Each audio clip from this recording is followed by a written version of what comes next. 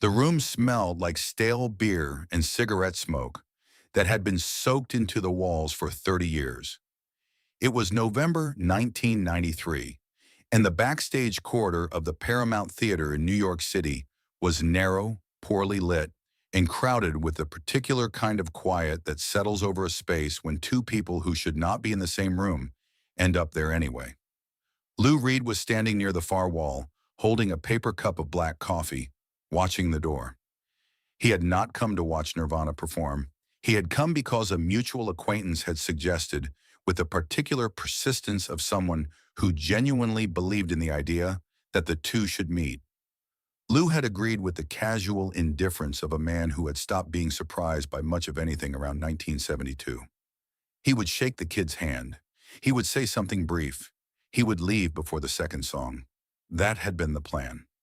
Kurt Cobain came through the side door at 9:14 p.m., still wearing the cardigan he would perform in. He was thinner than Lou had expected. His hair was unwashed. He looked less like a rock star and more like a graduate student who had forgotten to eat for 3 days and had somehow wandered into the wrong building. He saw Lou and stopped. Not because he was startled, more like he was recalibrating something. "Hey," Kurt said. "Hey," Lou said back. That was how it started. Lou Reed had been watching grunge happen the way a man watches weather move across a valley from a great distance.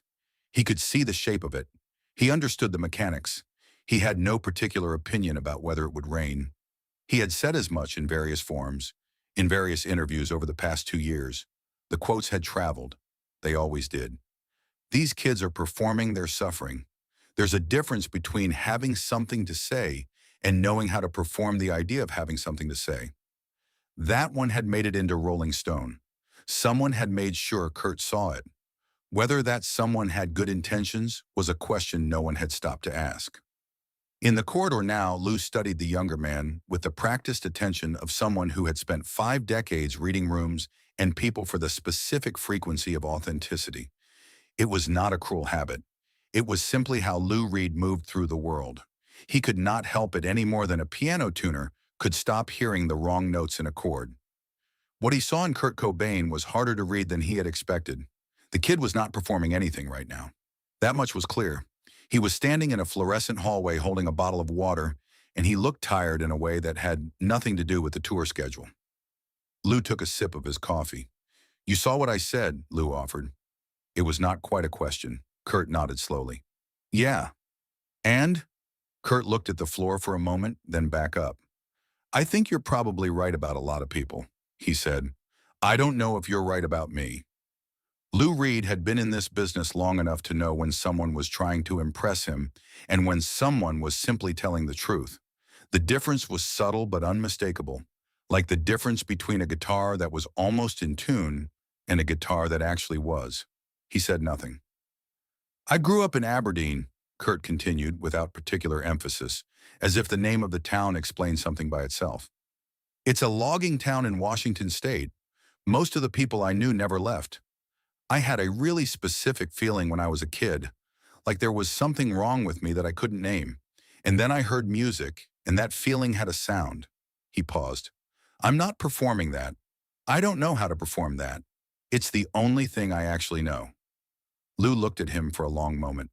"That's what everyone says," Lou said. And the words were not unkind, but they were not soft either. Everyone believes their suffering is authentic. The performance is the problem. The minute it gets on a stage in front of 15,000 people, something happens to it. "Something happens," Kurt agreed, "but that doesn't mean it started wrong." A production assistant walked through the corridor, carrying a coil of cable, nodded at neither of them specifically, and disappeared around the corner. Lou Reed set down his paper cup on a folding table, covered in plastic cups and technical riders.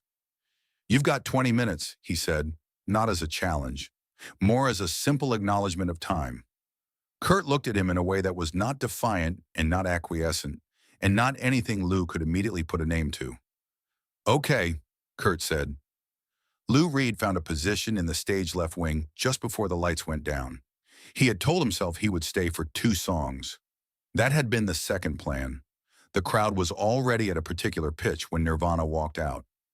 That specific frequency of collective anticipation, that rises when an audience has been waiting long enough that the waiting itself has become part of the experience. The Paramount was sold out. The air was compressed with bodies and noise. Kurt did not say anything to the crowd. He walked to the microphone, adjusted it slightly, turned back to check something with Dave Grohl, and then turned forward again. The first song was not what Lou had expected. He had been prepared for the noise, the deliberate assault of it, the way the guitars came in like something structural collapsing. That he understood. He had made noise himself in different configurations for different reasons, and he recognized the grammar of it. But the first song was not just noise. There was something happening inside it that was harder to locate. The melody, I'm poetunin, and there was a melody buried and insistent, moved in a direction that felt like it was trying to get away from itself. The chord changes did something unexpected at the precise moment when the ear had settled in and was no longer guarding against surprise. And Kurt's voice, which Lou had heard on record and assumed he understood, was doing something on the stage that the recordings had only approximated. It was not pretty, it was not polished. It cracked in the exact places where a trained voice would have been careful not to crack. That was the thing. A trained voice would have protected those moments, smoothed over them, made them presentable. Kurt's voice did not protect anything. It went directly into the places that were structurally unsound and stayed there. And the staying there was the point. And Lou Reed, standing in the stage left wing of the Paramount Theatre in November of 1993, understood with a precision that surprised him exactly what he was listening to. He had heard this before. Not this sound. This sound was its own thing entirely. But this quality, this specific refusal to flinch at the exact moment when flinching would have been the rational response. He had heard it in himself a long time ago, in a different room, in a different decade, when he had still been the one standing at the microphone, not protecting anything. Lou did not move for the rest of the set. There are moments in a performance that close a circuit. They do not announce themselves. They do not arrive with obvious fanfare. They simply happen, and afterward, the air in the room is different in a way that is difficult to describe to anyone who was not present. The second song was All Apologies, and it was performed that night in a version that was slower than the recorded version, quieter in certain passages, and for approximately 45 seconds in the middle section, nearly silent. Just Kurt's voice and a guitar line that repeated itself with the particular patience of something that has decided it is going to outlast the discomfort of the room. The crowd had stilled. Not the stillness of boredom. The other kind. The kind that happens when 15,000 people simultaneously stop bracing against something and simply let it in. Lou Reed had spent his professional life studying the difference. He was very still himself. The song ended. The noise came back. The crowd surged forward into it, and the set continued. And Lou stayed where he was for another 3 songs, before the person next to him said something he didn't hear, and he nodded as if he had. When he finally moved, he walked back through the corridor slowly, past the folding table where his paper cup was still sitting. He picked it up. The coffee was cold. He stood there for a moment in the empty corridor, holding the cold cup, not doing anything in particular. There was nothing he needed to do right now, and he knew it, and the knowing of it was its own specific feeling that he had not expected to have this evening. They did not speak again that night. Lou was gone before the encore. He had somewhere to be, or perhaps he simply needed the cold air of the street and the particular democracy of a New York sidewalk where no one expected anything of him. Either way, he left. The story that came out of that evening was small at first. A sound technician mentioned it to someone. That someone mentioned it to someone else. By the time it had traveled through the specific informal networks of the New York music world, it had acquired the shape of a legend, which meant it had lost some of its accurate details and gained a few inaccurate ones, which is the normal cost of a story becoming larger than its origins. What remained consistent across all versions was this. Lou Reed had arrived skeptical, stood in the wing for the entire set, and left without speaking to anyone. The interpretation of that fact depended entirely on who was doing the interpreting. In 2000, 6 years after Kurt Cobain's death, Lou Reed gave a long interview to a music journalist who was writing a retrospective on the early 90s. The journalist asked at the end of a conversation that had covered many other things whether Lou had any thoughts about Kurt Cobain. There was a pause. I told him before the show that I thought he was performing suffering, Lou said. I had said something like that publicly, and someone made sure he knew about it. That was not kind of whoever did that, but it's the kind of thing that happens. The journalist waited. I watched that show, Lou continued. I stood in the wing and I watched the whole set, which I had not planned to do. Another pause, longer this time. What I saw was someone who had found the exact sound that matched the thing inside him. Not approximately, not close. Exactly. You don't see that often.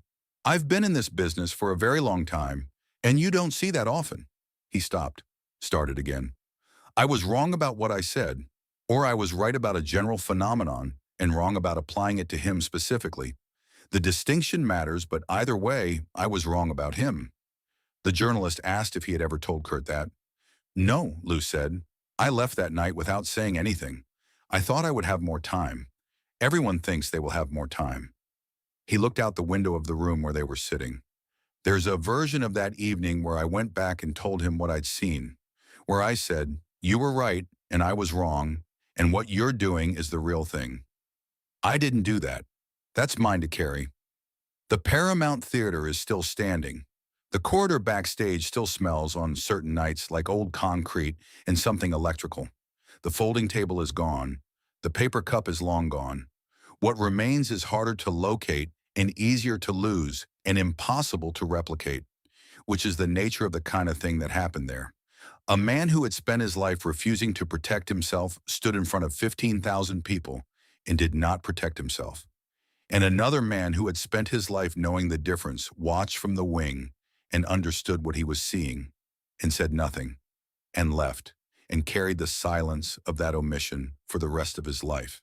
That is not a story about music exactly. It is a story about the cost of being right about something one moment too late. The lights came back up at 11:07 p.m. Kurt Cobain walked off stage through the same corridor where the conversation had happened. He did not stop at the folding table. He walked past it without looking, the way you walk past a place where something significant happened once, when you are moving too fast to let it catch you. Lou Reed's car was already gone. Outside, the city was doing what cities do, indifferent, continuous, enormous. And the night closed over the Paramount Theatre the way it closes over everything, without exception, without mercy, and without particularly noting what it covers. There is a detail that the sound technician remembered years later when someone finally thought to ask him. He said that between the second and third songs, during the brief pause when the stage was almost quiet, when Kurt was adjusting a tuning peg in that focused, private way he had, like the audience temporarily ceased to exist, he had glanced toward the stage left wing. Lou Reed was standing completely still. He was not watching the stage. He was looking at the floor, slightly to the left of nothing in particular, with the expression of a man who has just heard something that requires him to revise a conclusion he had already announced out loud, and is in the middle of doing the revising, privately, without assistance, without the option to take back the announcing. The technician did not know what to make of it at the time. He was 24 years old and had other things to pay attention to. Later, he would understand what he had seen. He had seen the specific face of a person who is holding two contradictory true things at once, what they said and what they now know, and finding no graceful way to reconcile them. It is not a comfortable face to wear. Lou Reed wore it in the stage left wing for approximately 7 seconds before his expression returned to its usual arrangement, neutral and private and giving nothing away. Then he turned back to the stage. The tuning adjustment was done. Kurt had returned to the microphone. The next song was beginning.